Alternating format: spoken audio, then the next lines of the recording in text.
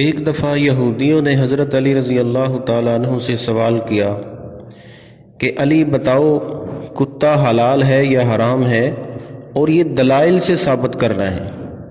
تو حضرت علی رضی اللہ تعالیٰ عنہ نے فرمایا کہ اس کے سامنے پانی رکھیں، اگر پانی چاٹ کے پیتا ہے تو حرام ہے اور اگر گھونٹ بھر کے پیتا ہے تو حلال ہے۔ وہ دوسرے دن آئے اور کہنے لگے کہ یہ پانی کو ایک دفعہ چاٹ کے پیتا ہے اور ایک دفعہ گھونٹ بھر کے پیتا ہے۔ تو آپ نے فرمایا چلو ایسا کرو، اس کو بکریوں کے ریوڑ کے ساتھ چھوڑو، اگر یہ ریوڑ سے آگے چلتا ہے تو حلال ہے اور اگر ریوڑ کے پیچھے چلتا ہے تو حرام ہے۔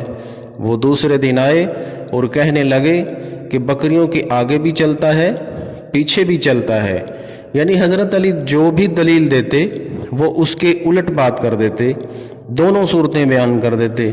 تو پھر حضرت علی رضی اللہ تعالیٰ عنہ نے فرمایا کہ آپ ایسا کرو، اس کا پیٹ چاک کرو، اگر اس کے پیٹ میں اوجھڑی نکل آئے پھر تو حلال ہے اور اگر اوجھڑی نہ نکلے تو حرام ہے۔ جب انہوں نے کتے کے پیٹ کو چاک کیا تو اس کے اندر اوجھڑی نہیں تھی تو وہ حرام ثابت ہو گیا اور وہ لاجواب ہو کے چلے گئے۔